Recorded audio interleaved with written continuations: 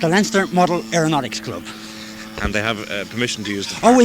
There's been model flying here in the Phoenix Park since 1906. So we have, there's been, between models and full size, they've been flying here since 1906. So we're more or less part of the furniture here, like the deer in the park. And it's very hard. Nobody's going to get rid of us now. We're here till kingdom come. And the grass is already mowed and all for you. Do you that yourselves? We do that ourselves. We have a small mower and we come out maybe once or twice a month and we mow it ourselves. Yeah. Martin here now is very keen on helicopters. Martin Cohn, it's Jim Hawkins. A small helicopter. It works in exactly the same way as full-size helicopters do. And it can do basically everything that a full-size can do. In fact, maybe it can do more in terms of aerobatics. It uses a 5cc engine. And it can fly at probably about 50 miles an hour, flat out. Is the engine rated at any particular power? Is there any? It's about one horsepower. Yeah, it would be in or around 1 horsepower. Yeah. Are they heavier on fuel, the helicopter model, than the airplane? Are they heavier on fuel? No, they'd be about the same. But they'd use a slightly more powerful fuel with more nitro in it, right, which gives it more power. Right, so it'd have a higher flash point, is that what they say? I suppose you could say yes, that, you yes. Would say that, yeah. Well, the nitromethane, its octane rating is far higher. Right. Well, with Martin, I suppose you'd be using a 5 or 10% nitro. 15% nitro, yeah. So you're talking nitromethane, he's got a very high octane rate. Right. You know. As a model airplane flyer yourself, does this end of it would interest you, would it? Not particularly, no. I prefer the fixed wings. The fixed wings is... I don't know, just helicopters don't appeal to me. Right. The fixed wing is far more my... You don't take that as a slight, do you? No, not at all. No, I well. also fly fixed wings, not very well. Not that I fly helicopters very well, but I fly fixed wings even worse. Right. I think there's definitely two camps most of the time, but fixed wing flyers and helicopter flyers generally... We don't cross over. We don't cross over. You know? I mean, there are a few people. I mean, Paul would be one who would fly both very well. Exactly. But most people would stick to one or the other.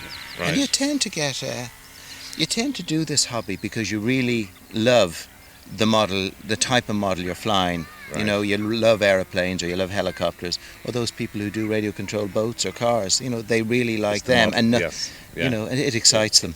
There's so many facets of radio-controlled hobby as itself that you can get involved either with helicopters, fixed wings, or boats, and never complete all that you wanted to do in a lifetime of working on a particular style. So you need to cross over into the other. Right. It doesn't really exist, you know. I know.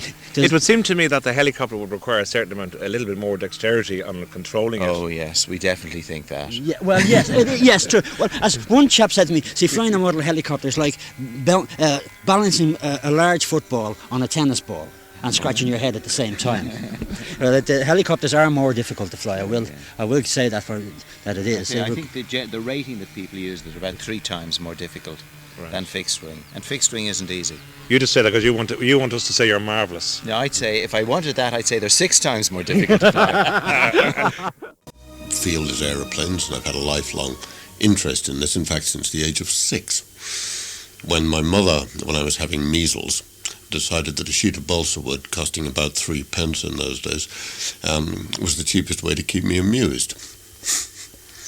And I'm afraid that the hobby has stuck ever since. I still play with balsa wood. That woman has a lot to answer for. She did, right? She has. Tell me about why is model making in adults popular? Is it because it's an extension of the childhood and they're retaining some of the things that were pleasant in childhood? In the main nowadays, the majority of model making is for radio-controlled models. This means that the enthusiast doesn't have to walk, run, chase after the lost model. When one becomes adequate enough, one brings it back to one's feet. Because of the radio-controlled side of it, it has become fairly expensive. You're talking about a start-up price these days of about £250, which for the sort of 6, 7, 10-year-old, it's just not on. I mean, it's out of the question. So daddies buy it for their children and play with it. You know, marvellous. I did the same myself. That's very good. But is the attraction, one of the attractions for the adults, say with the plane and so on, is it the technically that it's scaled down and it's perfect in every way. It's reduced in size, and are you in some way flying a real machine? Tell me really the essence of it. Like, I mean, what is the There are various branches of the flying of model aeroplanes. The simplest one is probably the glider. It doesn't need an engine in the front. It's comparatively cheap. If you put a radio in it, okay, the price goes up. But you can go up into the sort of Dublin Mountains or any area where there's a bit of a slope and throw your creation off the side. And all being well, you can control it and bring it back to you comparatively cheaply. Then you go onto the power models. These are with an engine in them. The engines vary in size from 0.02 cubic inches up to about 40 to 50 cc. And they vary in price from 20 to 30 pounds up to maybe 13 or 1400 pounds. The power models come in various formats. The basic trainer, normally a high wing model, i.e. the wings on the top of the body, the fuselage. These are simple, they fly very reliably, and they're not very difficult to either control or build. And you go into the aerobatic models, which tend to have the wings either in the middle of the fuselage or on the bottom of the fuselage. Much more difficult to control. They require all the functions of a real aeroplane, i.e. control of the motor, control of the ailerons, control of the elevator, and control of the rudder. And speaking purely from a personal point of view, the ultimate in model making is the building of scale replicas. These vary in size from about a 12th scale, i.e. 1 inch to the foot, to the comparatively common nowadays quarter scale, i.e. 3 inches to the foot.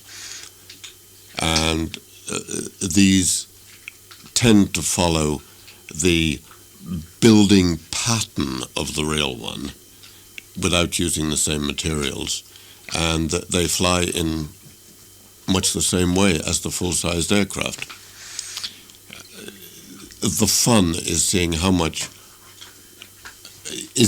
how real you can make your reproduction aeroplane of a specific full-sized aircraft. Yeah. So the whole thing here is realism. Yeah, realism. I have here at the moment a quarter-scale Newport, which is a French aircraft of First World War. It's a 92-inch wingspan biplane, powered by a 30cc engine, and is in fact fairly accurate. But it's not the thing that you can take out and fly every day because it's too big, and it also takes too long to rig and take apart. It takes about an hour to assemble it, and it takes about another hour to unassemble it. Yeah. What was the wingspan on that particular one? 92 inches. Yeah. It's ginormous. Could it be used to carry anything or to, Well, I mean, it carries a dummy pilot, obviously, because a scale aeroplane without a pilot looks ridiculous. Right, we'll start again with the model again, and give us the name, give us everything about it that you think might be relevant. This is a quarter scale, i.e. 3 inches to the foot reproduction of a Newport 24, which is a French First World War fighter.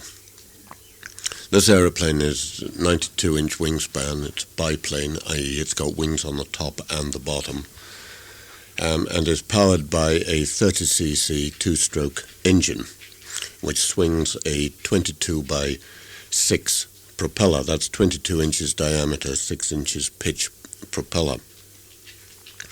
The aircraft is made of balsa wood, plywood, spruce, and certain metal fittings for the undercarriage. The wheels on it are particularly attractive. They are built-up spoked wheels, fairly accurate copies of the original, and all the spokes are adjustable so that one can alter the shape or the trueness of the wheels as and when it becomes necessary. The aeroplane is covered in a heat shrink fabric and then painted silver, and the various national French insignia have been put onto the wings and the rudder. There's a dummy pilot in it. The radio installed in it is a 4-channel set of radio gear, German multiplex, one of the better makes, and it operates the engine throttle, the elevator, which controls the height of the aeroplane, the rudder, which controls the steering, and the ailerons, which are in the top wings only, which control the angle the aircraft turns, leans over to the left or right prior to making its turns. The aeroplane weighs about 25 pounds and probably has a value of, with the engine and the radio gear, of 600 or 700 pounds.